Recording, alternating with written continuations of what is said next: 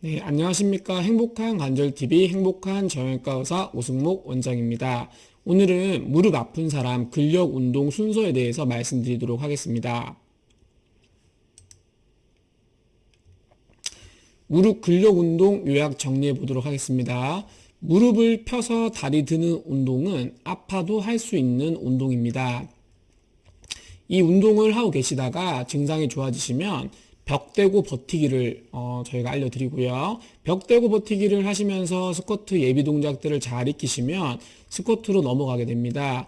바른 자세로 스쿼트 운동을 50개 이상 하는 것이 목표고요. 이런 운동들을 시행함에 있어서 하실 때 아프거나 하시고 나서 아프시면 이전 단계의 운동을 하거나 혹은 강도를 줄이거나 각도를 줄이는 쪽으로 운동을 좀 변형을 해야 됩니다. 한 달 정도 꾸준하게 하시면은 근력이 생겨서 증상이 좋아집니다. 자, 우리가 근력 운동을 해야 되는 이유는 엑스레이가 아무리 나쁘거나 MRI에서 연골이 다 닳아 있어도 근력이 좋으신 분들은 증상이 덜합니다. 오른쪽에 있는 이분의 MRI를 보시면 이 바깥쪽에 까맣게 보이는 게 연골판이고요. 연골판 위쪽 아래쪽으로 회색으로 보이는 게 각각 연골이라고 보면 되겠습니다. 허벅지뼈의 연골과 정강이뼈의 연골이 이제 바깥쪽은 아주 건강하신데요. 안쪽을 보시면 연골 까맣게 보여야 될 연골판이 거의 남아있지가 않고 연골 또한 많이 깨져서 하얀 관절액이 연골이 있어야 될 자리에 차 있는 것이 보입니다. 이런 정도면은 저희가 거의 중등도에서 말기 정도의 관절염을 보이고 계신 건데요. 이분은 관절염이 심한데도 불구하고 거의 증상이 없었습니다. 그 이유는 여기 노란 화살표 있는 부위가 허벅지 근육인데요. 허벅지 근육이 거의 다른 분들에 비해서 두세 배 될 정도로 아주 두껍습니다. 그래서 근력이 있으면은 아프지 않다라고 얘기를 드리고, 보통 저희가 꾸준하게 운동을 하시는 분들은 수술 전후 비교를 해봐도 수술 결과도 좋으시고 그리고 증상 자체도 좋다라고 말씀을 드리겠고요. 이런 분들 말고도 일상생활에서 좀 무리한 활동을 피할 수 있는 분들이나 또 성격이 기본적으로 긍정적이신 분들도 통증에 대해서는 조금 둔감하신 그런 경우들이 있습니다. 어쨌든 저희가 추천드리는 것은 근력이 필요하다, 근력 운동이 필요하다라고 제가 말씀을 드리겠습니다. 근력 운동을 해서 근력이 생기면 일단 관절염의 악순환을 끊어줍니다. 관절염이라는 것은 관절의 연골이나 연골판이 손상이 되고 이로 인해서 염증 반응이 일어나고, 그런 염증 반응으로 인해서 물이 차고 뼈가 자라나고 인대가 늘어나면서 이 근육이 이제 없어지는 그런 이제 관절염의 악순환을 겪게 되는데, 근육이 없어지면 다시 연골이나 연골판에 가해주는 힘이 커지고 그로 인해서 또 관절염 증상이 악화되는데, 이런 고리를 끊어주는 역할을 함으로써 근력 운동이 중요하다라고 말씀을 드리고, 근육이 커지면 근육 자체에서 기초대사량, 근육이 에너지를 또 사용하기 때문에 기초대사량이 높아져서 체중 조절이 쉬워지고요. 운동을 하시게 되면 기분이 좋아집니다. 운동을 하시게 되면 기분이 좋아지시고 이로 인해서 통증에도 좋은 효과를 가지게 됩니다. 우리가 뭐 짜증이 나거나 기분이 나쁘거나 하면 통증에 더 예민해지시는데요. 이런 운동을 통해서 이제 리프레시가 되고 기분이 좋아지시면 또 통증이 줄어드는 그런 선순환 효과를 가지게 되고요. 생활 자세가 이제 좋아지시게 되는데, 우리가 근력 운동하실 때 앉았다 일어나는 이런 스쿼트 동작을 함으로 인해서 생활에서도 앉았다 일어날 때 최대한 무릎을 보호하고 관절을 보호하고 적은 힘으로 큰 효율을 내는 이런 자세를 통해서 근력 운동을 할 때 그런 자세를 같이 배운다라고 보시면 되겠습니다. 저는 항상 치료에서 체중 관리와 운동 그리고 생활 습관을 강조를 하는데요. 운동이야말로 저희가 좀 개입을 해서 말씀드릴 수 있는 가장 좋은 치료라고 생각이 되고, 실제로도 관절염을 치료하는 이런 가이드라인들이 매해 미국에서도 발표가 되고 우리나라에서도 그런 가이드라인이 있는데, 근력 운동이 정말 입증된 최고의 치료 중에 하나다라고 얘기를 드리고 있습니다. 주사나 약보다 더 중요한 게 체중 관리 그리고 근력 운동, 생활 습관 변화라고 보시면 되겠습니다. 그래서 뭐 저의 개인적인 치료 철학은 스스로 운동할 수 있게 만드는 것인데요.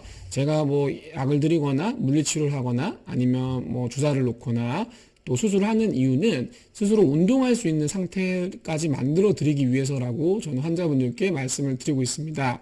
무릎에 대해서는 65세 이상은 잘 걸으시고 벽에다 등 대고 버티는 것 정도 할 수 있는 운동을 할 수 있으면 저는 목표를 달성했다고 보고요. 65세보다 더 어리신 분들, 나이가 좀 더 적으신 분들은 적어도 스쿼트 50개 정도는 스스로 할 수 있게 됐을 때 그때 이제 저는 치료 목적을 달성했다라고 말씀을 드립니다.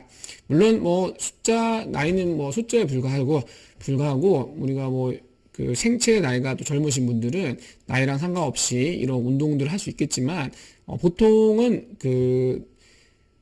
균형 감각 같은 게 좀 떨어지실 수 있기 때문에 스쿼트를 하다가 이제 넘어지실 수 있는 위험이 있어서 저는 보통 65세가 넘어가시거나 뭐 70세가 넘어가시거나 그러시면 스쿼트보다는 벽에다 등을 대고 버티는 운동을 권유를 드리고 있습니다. 자, 무릎이 안 좋으신 분들은 근력 운동을 하실 때 순서대로 하셔야 됩니다.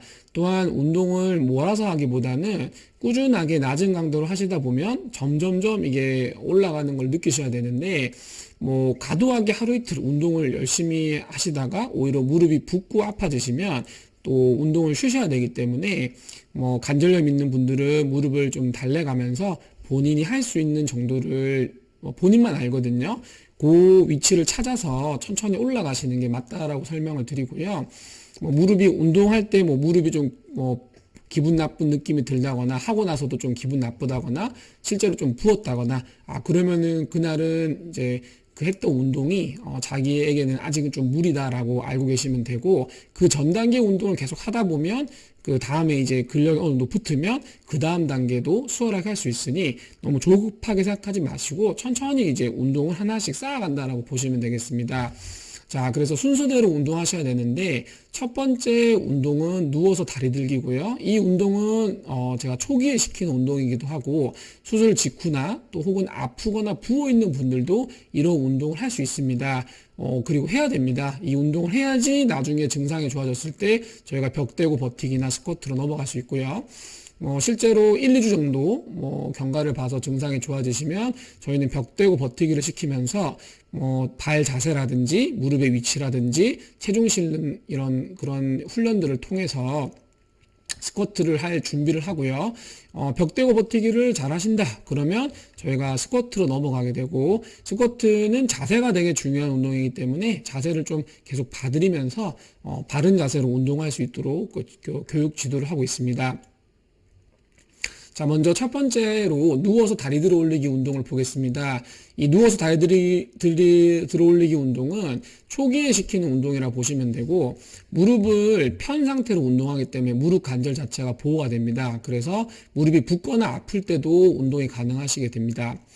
저희가 원하는 근력 운동은 이 대퇴사두근 허벅지 앞쪽의 근육이 활성화되는 걸 원하는데 다리를 너무 높게 올리시면 오히려 골반 운동이 돼버리시기 때문에 장요근이라 부르는 허리랑 골반을 이어주는 근육이 운동이 됩니다. 따라서 저는 반대쪽 무릎을 구부려서 요 무릎 높이 이상은 올리지 마세요라고 얘기를 드리고 이 다리를 들어 올릴 때 뒤쪽에 이게 쭉 이제 신경이 당길 수도 있기 때문에 실제로 허리 디스크가 있는 분들은 이렇게 다리를 올리시면 다리 쪽으로 좀 저린 통증을 호소하기도 합니다. 이런 분들은 이 무릎 높이보다 좀 낮게 혹은 지금 들고 있는 이분 높이보다 좀 더 낮게 하셔서 무리가 안 되도록 하시고 정말 디스크가 심하신 분들은 이 정도도 못 올리시기 때문에 그런 분들은 좀 변형된 운동을 좀 시키고 있습니다.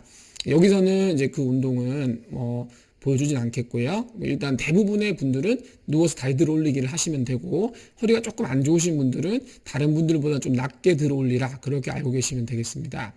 자, 두 번째 운동 벽에 등 대고 버티기는요. 스쿼트 동작, 예비 동작 때 다 들어갑니다. 발도 이제 어깨 너비 이상 이제 벌린 상태로 무릎이 발끝보다 나가지 않도록 하시고 무릎 관절이 90도 이상 내리지 않도록 하시고 그리고 체중이 뒤에 실어서 등으로 벽을 밀고 계시고, 그렇게 해서 30초 정도 버티는 걸 3회 정도 반복하시라 얘기를 드리고요. 나중에 이제 스쿼트 전에 공을 대고 스쿼트처럼 이제 위아래로 내려가는 연습도 가능합니다.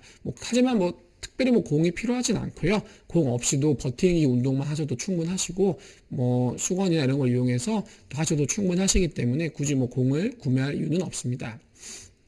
자, 드디어 마지막 스쿼트 운동입니다. 무릎 환자용으로 조금 변형된 스쿼트를 한다고 보시면 되고요. 저는 개인적으로 꼭 배워서 하시라고 얘기를 드리고요. 혼자 잘못된 자세를 하시다가 오히려 무릎이 더 나빠지는 분들을 좀 많이 봤습니다. 자세가 안 나오면은 그냥 벽 대고 버티기를 하시는 게 낫고요.